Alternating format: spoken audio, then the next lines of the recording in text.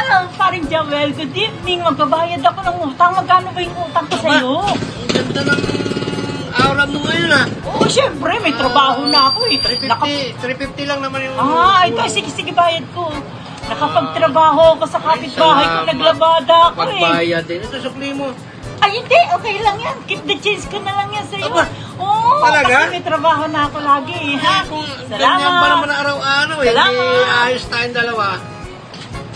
A few moments later. Paring Joel, pabili nga ako ng ng Argentina. Argentina yan, meatloaf. Dadan mo. Meatloaf. Bagal mo eh. Tapos yan. Tapos ito. Kape, dalawa yan. O yan. Kukunin ko na sa'yo yung keep the change ko 150 kasi wala na akong trabaho. Tinanggal ako eh. Ano?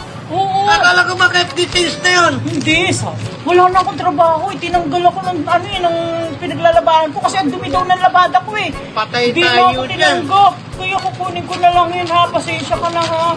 Pasensya na talaga. Patay na naman tayo dyan.